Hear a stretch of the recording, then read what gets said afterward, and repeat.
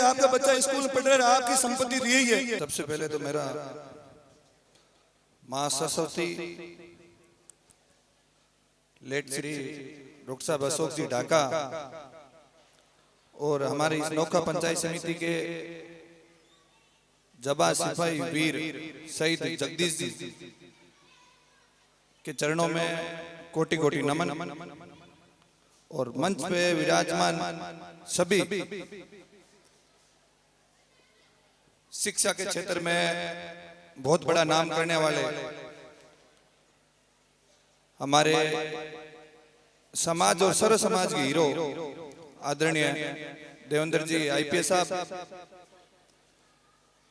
सोमराज जी IAS, Shyam सुंदर जी Godhra SDM, Ashok जी दत्तरवाड़ SDM, Subhash ji Khichar SDM और सभी जनप्रतिनिधि भामाशाह और सामने बैठे हुए मेरे पिता तुल्य बुजुर्ग, युवा शक्ति और प्यारे बच्चे, आप सभी को सादर प्रणाम। आज हम सारे यहाँ इकट्ठे हुए हैं, वो मंच है शिक्षा का मंच। तो मैं उससे जुड़ी जो बड़ी बड़ी बातें हैं जो मेरे से पहले स्पीकर थे उन्होंने आपके सामने रख भी दी। कुछ एक बातें हैं जो दो तीन जो बहुत सामान्य बातें हैं और उस पे अपने को अमल करना है, क्योंकि आज ये कार्यक्रम है इन बच्चों के लिए।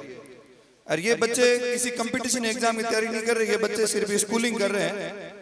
तो ये सिर्फ जो दो तीन बातें हैं वो अभिभावक और इन बच्चों के लिए। और तीसरी जो बड़ी बातें हैं वो जो गांव से चयनित हुए देश के विभिन्न पदों पे बैठे जो सरकारी सेवा दे रहे हैं उनके लिए है। पहली बात शुरू करूंगा अभिभावक से। तो मेरा आप सभी से निवेदन है कि इस मंच में जितने भी बैठे हैं प्रतिभा, जिनको आज आपने बैठ के सुना है, वो इस मंच पे कैसे पहुंचे हैं, इस चीज का यदि आपको एहसास या महसूस हो गया जिस दिन, उस दिन आपका बच्चा भी इस मंच पे पहुंच जाएगा। हमारी क्या है कमियां?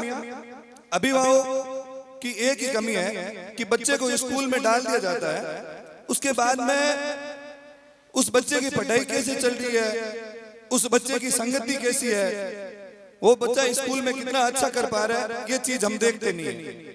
जो ये चीज देख लेते हैं उसका बच्चा तो बहुत आगे बढ़ जाता है और वो उस मंच में बैठने लायक बन जाता है। तो हमें करना क्या है, आप ऐसा नहीं है कि आपका फर्ज पूरा हो जाता है कि आप स्कूल में बच्चे को डाल दिए फिर गुरुजनों पे छोड़ दिया। बहुत सारे मैं नेगेटिव चीजें भी सुनता हूँ, ऐसे सुनता हूँ कि 4 साल से बच्चा हमारा 5 साल से स्कूल में पढ़ रहा है कि सरकारी गुरुजी है, एबीसीडी को सीखो। तो भाई पढ़ 4-5 साल से आपको पता था, चौथे 5 होते नहीं पता चल गया कि एबीसीडी क्यों नहीं सिखाई, तो आप 4 साल बाद में कैसे बता रहे हो? तो आपको करना क्या है कि आपका बच्चा स्कूल में पढ़ रहा है, आपकी संपत्ति यही है। आप यदि कोई खेती कर रहे हो या फिर मैं कह रहा हूँ मजदूरी कर रहे हो या फिर कोई दुकान का काम कर रहे हो या कोई व्यवसाय कर रहे हो, किसके लिए खड़ी कर रहे हो संपत्ति? अपने बच्चे के लिए कर रहे हो। तो आपकी पूंजी तो आपके स्कूल में पढ़ रही है, तो आपको करना क्या है, उस बच्चे का ध्यान रखना है। यदि जो वो बच्चा सही रास्ते पे चला जाए तो मैं कह रहा हूं आपकी जिंदगी जीने का सही मायना है वो आपको मिल पाएगा। दूसरी चीज बच्चों के लिए है, बच्चों के मन में बहुत सारी चीजें आती है, स्पेशली जो सरकारी स्कूल में बच्चे पढ़ते हैं उनके मन में आते हैं कि सरकारी स्कूल के बच्चे हैं वो कम सेलेक्ट होते हैं या पढ़ाई में कमजोर हो जाते हैं। उनके लिए 2 बातें हैं कि आपके सामने मंच पे जितने भी बैठे हैं उन सारों की आप ये सोचते हो 8th या 10th तक पढ़ाई सरकारी स्कूल में हुई है और उन्होंने अपने जिंदगी के पढ़ाई के जो अनुभव है वो भी आपके साथ शेयर किए। तो ये सारी सरकारी स्कूल की देन है। और क्योंकि नींव तैयार होती है वो लगभग 8वीं से लेकर 10वीं तक के बच्चों के लिए होती है, वो हम सारे सरकारी स्कूल से पढ़े हुए हैं। और दूसरी बात, आपको पढ़ाने वाले कौन है? पढ़ाने वाले ऐसे टीचर हैं जो ऑलरेडी किसी कंपटीशन एग्जाम को, आज अपन रीट की एग्जाम की तैयारी दे रहे हैं, लाखों बच्चे दे रहे हैं, बच्चे सेलेक्ट कर रहे हैं सिर्फ 30,000।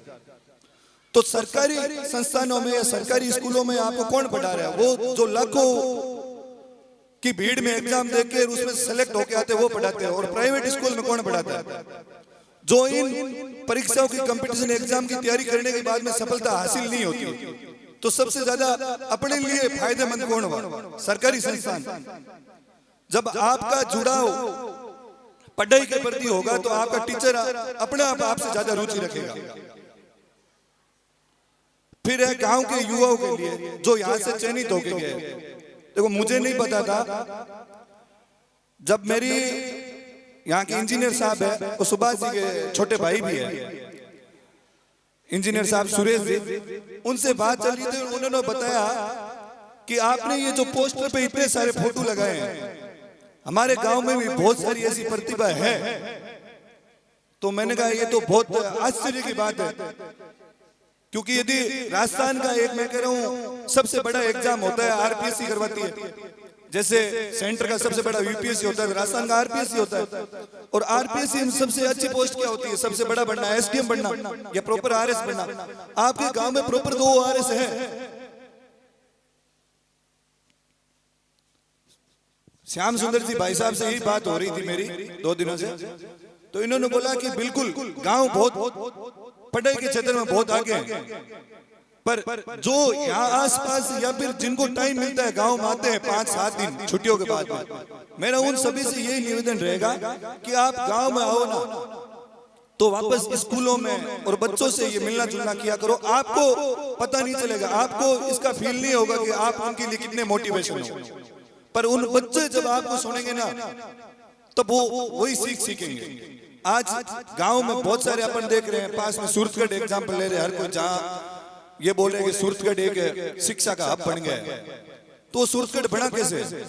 क्योंकि वहां चेन बन गई है, क्योंकि वहां पे तैयारी करने वाले ये हैं कि उसका बड़ा भाई सेलेक्ट हो गया है, तो उसको देख देख कोई छोटा भाई जा रहा है या पड़ोसी जा रहा है। तो हमें इन गाँव को भी ऐसा करना है, हमें क्या करना है, सबको मिलके गाँव को है ना पढ़ाई के मामले में शहर जैसा बनाना है। और वो कैसे होगा? यहाँ के लोकल अपने दोनों ही आरएस अधिकारी, वो दोनों ये बता रहे थे, अपने को जो सार्वजनिक काम है, आपके मन में मतभेद हो सकता है किसी चीज को लेके, पर जो सार्वजनिक काम है, जो पढ़ाई का होता है या चिकित्सा का होता है या फिर गांव में कोई विकास का कार्य होता है, उसके लिए हम सब साथ में बैठ के चर्चा करें, उससे हमारे गांव का विकास होगा और हमारा गांव आगे बढ़ेगा। आज आप ये मान के चलो कि आपके गांव से कोई भी सेलेक्ट होके यदि बीकानेर के किसी अच्छे पद पे है, चाहे चिकित्सा संस्थान में, चाहे एजुकेशन फील्ड में हो, चाहे सिविल सर्विस में बैठा हो, तो वो किन लोगों के लिए काम आएगा? आप लोगों के लिए काम आएगा। और वो यदि यहीं से सेलेक्ट होने लगे तो आपका काम कितना आसान हो जाएगा। तो आप एक दूसरे से किसी से इस काम के लिए ईर्ष्या मत रखो। आप आपके गांव में या पड़ोसी में या रिश्तेदारी में कोई भी जो पढ़ रहा है, उनको आप पॉजिटिव बोलो, उनको आप इस हिसाब से बोलो कि उनका मोटिवेशन बढ़े, उनके पढ़ने की ललक और जगे। जब हम सब मिलके काम करेंगे तो ये दिन दूर नहीं है। आज लाइब्रेरी खुली है, कल बहुत सारे होंगे कि मंच में अगला प्रोग्राम करे तो इस लाइब्रेरी के ही उत्पाद जो अपने यहाँ मिले प्रोडक्ट। ये लाइब्रेरी क्यों बनाएगी? ये इसलिए बनाएगी यहाँ पे एक शिक्षा का माहौल रहे। ये जो बच्चे हैं, ये बच्चे ऐसा माहौल देखे कि हाँ पढ़ाई इस तरीके से होती है, कंपटीशन एग्जाम की तैयारी इस तरीके से होती है, तो इन बच्चों की मेंटेलिटी है वो अपने आप बदलेगी। ये बच्चे की उम्र है, जो अभी ये उम्र है 10वीं या 12वीं क्लास तक की, यही उम्र है जो बच्चे को सब कुछ आगे बढ़ाने को प्रेरित करती है। इनके अंदर बहुत ऊर्जा का भंडार है, इसका अपने को पॉजिटिव प्रयोग में लेना है। और उसमें सबसे पहली भूमिका है आप अभिभावकों की। तो मेरा तो बार बार अभिभावकों से निवेदन रहेगा कि आप अपने बच्चों को यदि शिक्षा का रास्ता चुनते हैं, बहुत सारे लोगों ने भी बोला है कि आपको हर एक परिवार में पूरा परिवार होता है, उसमें से घर के परिवार बेटे होते हैं, बेटियां होती हैं, उन सब चीज का ये सुनने में बंटवारा होता है और अपन देखते भी है। पर एक शिक्षा ऐसी चीज है जिसका बंटवारा कभी भी नहीं होता, तो हमें उस चीज को चुनना है। और मैंने बहुत लोग शिक्षा के क्षेत्र में ऐसे लोगों को देखा है कि झोपड़ी से वो महलों तक पहुंच गए, तो अपन क्यों नहीं पहुंच सकते? उसकी शुरुआत हमने कर दी है और इसका संचालन कैसे करना है, कैसे अपने को आगे इस चीज को अपग्रेड करना है। आज लाइब्रेरी बनी है, कल इनको अपनी स्टडी मटेरियल प्रोवाइड करवाएं और मैं कह रहा हूं जैसे डिजिटल क्लासरूम हो गया, चर्चा कर रहे थे गुरुजी, उन चीजों को बेहतर से बेहतर कब करेंगे? जब आप लोग इस चीज से जुड़ जाओगे।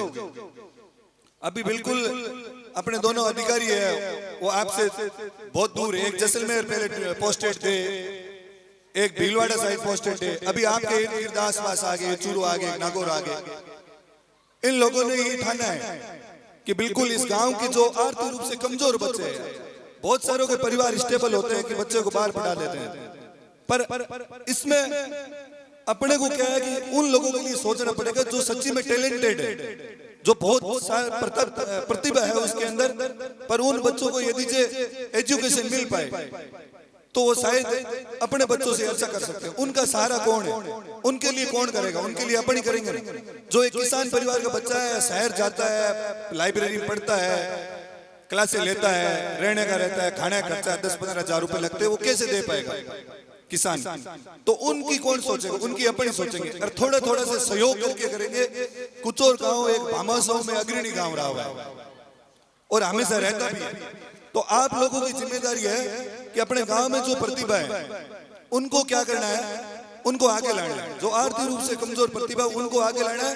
और हम सबका सपना कब, हमको अच्छा कब लगेगा कि इस लाइब्रेरी से पढ़ के कोई बच्चा है वो हमसे बड़ी पोस्ट पे दिखे और बाद में हमें पता चले कि हाँ हमने लाइब्रेरी वहां ओपन की है, उससे उसमें शिक्षा की अलग जगह है और उसने शिक्षा में इतना बड़ा नाम हासिल किया है, फिर हमें मिलने के लिए उसे अपॉइंटमेंट लेना पड़ेगा। तब हमें लगेगा कि सच्ची हमारी जिंदगी क्या हो गई, सफल हो गई है कि हमने जो कोशिश की उसके परिणाम मिल रहे हैं। बाकी इस सफल आयोजन के लिए कुचोर सीनियर स्कूल का जितने भी साला स्टाफ है उन सभी का धन्यवाद। और आज एक लास्ट में अपन देखा था कि प्रतिभा सम्मान समारोह रखा है। ऐसे सम्मान समारोह होने चाहिए और मैं कह रहा हूं हर साल होने चाहिए। इससे आपको अंदाजा नहीं होएगा, पर हम जब पढ़ रहे थे या आप में से कोई सेलेक्ट हुए तो इस चीजों से अपन मोटिवेट होते हैं।